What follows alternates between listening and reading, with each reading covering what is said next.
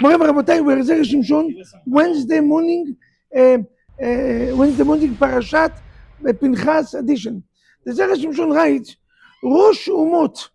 And this week parasha, we mentioned that Balak was the head of the Umot, but he mentioned it number 3 before he mentioned other two kings. And the Zera Shimshon writes, why did he mention him in the third road? Even though that he was the king. King is always number 1.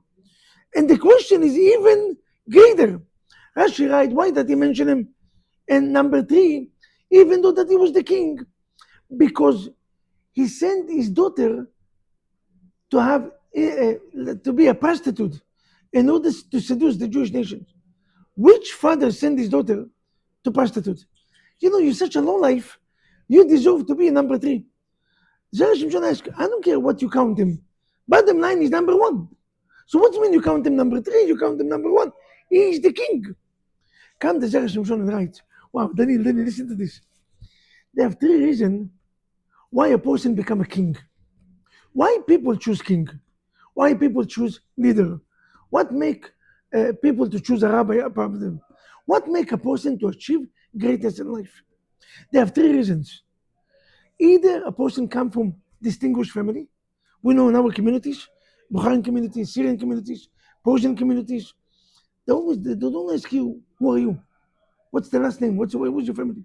Which town you came? What's the last name? Why? Because it's so important. You see, what made Yoni to be a Kohen, what made Daniel to be a Kohen, is not because necessarily they are themselves greatest, and yes, they are themselves greatest, but the fact that your father and your grandfather was a Kohen, already you're a Kohen. You become a Kohen, that's it. So what makes people to be great, the first level is because of a great family. Distinguished families, respectable, modesty families. You can see that the trait, the behavior, the character, we took from parents. Second thing is because you're smart, extremely smart. Wow, when you are brilliant, when God bless you with endless wisdom, you can be the greatest king. King Solomon came from a good family, David HaMelech, and he was the wisest from all nations. So now we can choose you to be a rabbi, even though your family is not the greatest. But still, Chacham Ovadia Yosef, the Gedol Ador, Gedol Ador, in our generation, maybe 500 years, his father was a great man. But he was a grocery store seller. He was not the giant of the generation. He came from a simple home, and yet he became why? Because his wisdom was God's gift. Such a wisdom did not appear in this world for 500 years. So this is wisdom. And last but not least, because you're extremely wealthy. When you have money, you become the president of the community. What you did for the community, nothing. What you're going to do, nothing. But you have money. You know, that's it. You become the president, you become the vice president, you become the rabbis. If you have enough money, you can become the rabbi. You know how you do it, Daniel? You build your own synagogue, and you become the rabbi. That's it. Can somebody fire you? No. Can somebody tell you not to be a rabbi? No. Why? Because you have money. So there are 3 reasons why a person achieves greatness. Either because of money, either because of good families, or either because of wisdom. Balak had 3 of them. Balak came from a good family. Ben Tzipor, the Torah mentioned.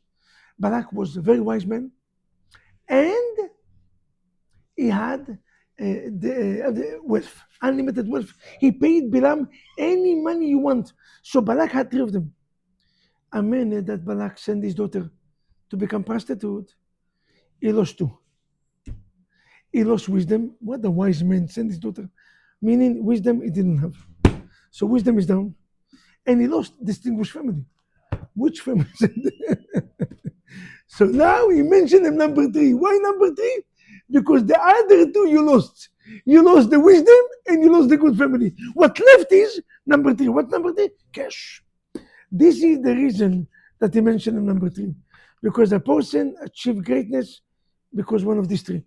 The Almighty God will bless all of us to have these 3 gifts, but especially good family, especially good family, and even more wisdom.